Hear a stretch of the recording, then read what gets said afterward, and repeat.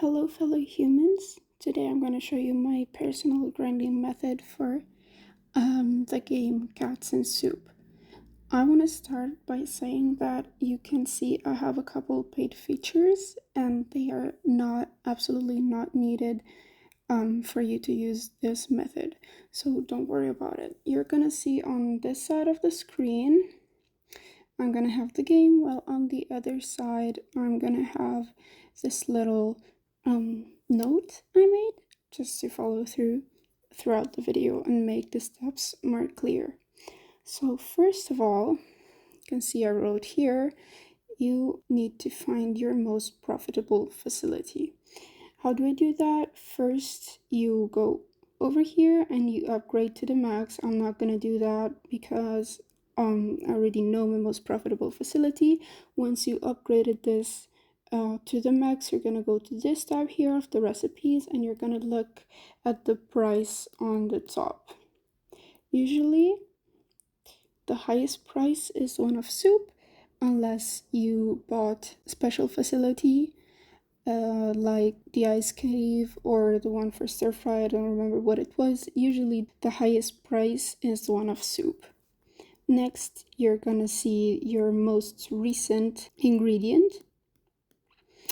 In my case is asparagus. So you're gonna want to focus on the soup dedicated facility of asparagus. First you find your most profitable type of recipe and then your most profitable ingredient, which is always the most recent. Next, you're gonna choose the best cat to put in that facility. Most of you know that. I'm gonna go over it real quick. You wanna pick the one with the skill if you do have it. If you have it, also choose the highest starred skill. So like if in my case you have a two-star skill cat and a 3-star skill cat, you're gonna want to put the 3-star on the soup facility, and in my case then I put the 2-star on the juice facility, which is the second most profitable facility, and on the third one I didn't have a third cat with that specific skill. If you don't have any cat with the skill for your most recent ingredient, you're gonna wanna pick a cat that doesn't have any assigned facility yet that matches its skill. So maybe a skill of a facility you didn't unlock yet, and pick the cat with the highest hearts. So in this case, I'm gonna show how I used to do it for the third one. I don't have the olive facility yet, so I saw that this was the cat with the highest hearts and I just put it here. Next, I wanted to go over this, which is the facility placement. As it's written here, it's optional to have always the soup, the juice, and the stir fry facilities per ingredient in order. So I always keep the soup facility on the left, the juice in the middle, and the stir fry on the right. And same goes with every facility I have here. So I can just go to carrots and I know that this one is soup. So you can see here that, for example, this one is going to be juice facility. You can see it here, and so on, because you're going to want to focus on, as I just said, your most profitable facility. And in this case, it's the soup, as in most cases, so you always know where that facility is. Next, we have on what facility you should spend your money. So as I already said, you're gonna want to spend your money on the facility that makes you more money overall, and in this case is this one. And secondly, you're gonna want to put the rest of the money on your most recently unlocked rest facility. This is for gaining recipe points, and this is what I mean. So I'm gonna give a little demonstration right here. For example, I take the little jar, I go on this facility, I upgrade it until I don't have enough money to upgrade it anymore, and then I go to the most recent rest facility and I'm gonna use the rest of the money to upgrade that.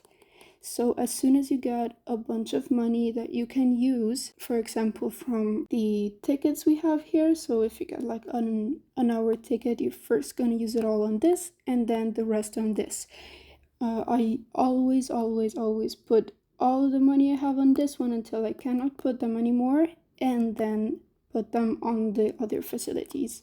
In my case, I'm not gonna do that because I already maxed all of the recipe, so I don't currently need recipe points. But in case you do, you're gonna wanna first upgrade this and then this.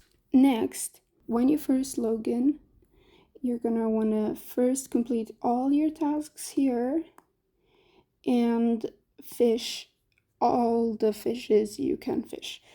If you want, you can also use ads to get more baits, and just save them up over here because we're gonna use fishes and we're gonna use tickets. So you just want to make sure that you have all the tickets and all the fish you could get until now saved up without using them directly. Now, this is gonna be a part that goes a little bit over maths, and it explains the mechanism of this way of grinding. We're gonna use here as a reference the revenue you get in an hour is gonna be your 100%. These are the prices of each of the fishes related to this 100%. So if 1 hour ticket is 100%, 3 hours is 300%, and 6 hours is going to be 600%. We can put it in a graph. We can see it like this. So this is going to be the minnow that we have here, which is going to be 16% of what I make hourly. This is going to be the crucian carp, which is going to be 50% of what I make hourly, and so on. I just wrote a couple of fishes over here. Of course, there's more, but these are just the most common ones that I usually use. For feeding cats, I usually use puddings or the other kind of foods, because I mainly use all of my fishes for this kind of grinding method. This is how it works. Let's just pretend I have one of these each. So I'm gonna use one minnow, one crucial carp, one sardine, and so on. Okay, here we have our first scheme. So these are the prices respectively of each of these. Now I'm gonna show why it's important for this method to only use one at a time. I'm gonna go here, use a minnow, which is 290, and I'm gonna sell it so that I have 290. So I upgrade the facility with the money I made out of the minnow. Now we're gonna check. Now the carp is already at 5,321. I'm gonna use a green to show the increase. 5,321, we have 5,200 here, so it's gonna be approximately this much of a gain, only by using the gold from the minnow. We're gonna sell it, and we're gonna use it here. I'm not using the rest of my minnows right now, just for the purpose of this demonstration. Now we used our crucian carp. We see how much the price of sardine is now. It's 19 WG. 19 WG is 19,000. So this is how much of a growth we had from the beginning. Now by selling this, I go over here, I upgrade it, and we see how much the 1 hour ticket costs now because it's the next in the list. It's 71 WG. I don't even fit this here anymore. So this 1 hour ticket, just by selling a minnow, a carp, and a sardine in this order, this became 7 times more than what the 6 hour tickets was at the beginning. Okay, 7 times more. I don't even fit this in this graph. Okay, here I rewrote the same graph I wrote before, but putting the original 600% to here, before it was up here and I just shortened it up to here. I'm gonna go on by using the 1 hour ticket.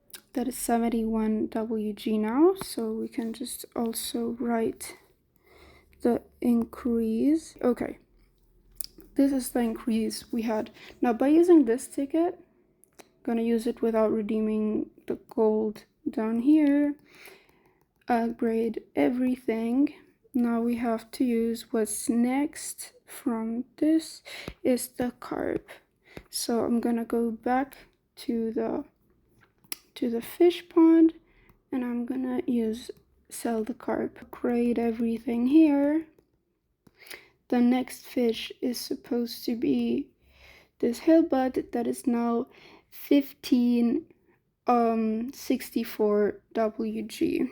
Now if I had to write this on the graph, I would once again absolutely completely go off of it. So this will just be absolutely in the sky, so like over here.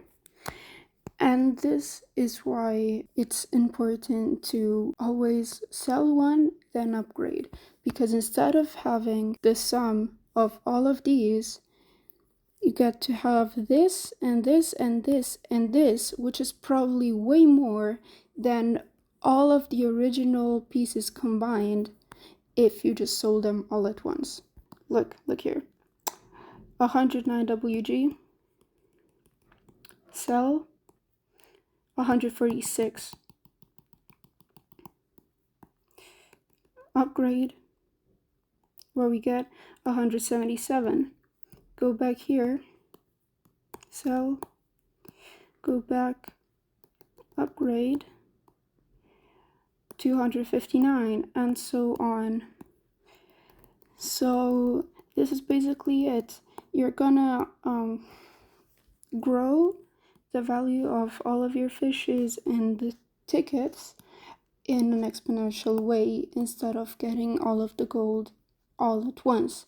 It's gonna last a little more, obviously, because you have to do them singularly and go back and forth, but it really helps with the grinding. I'm gonna now finish doing all of this process. I'm gonna keep in mind this 21 WH.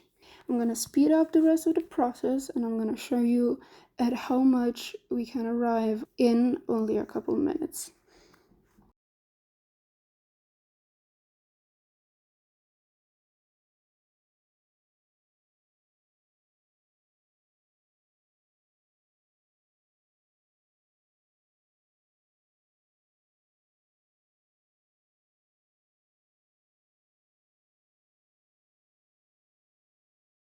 Okay, now only after approximately 2 minutes of this whole work, we can see here that from 21 WH, our Harley Gold, so our new 100%, is 6,667 million WH.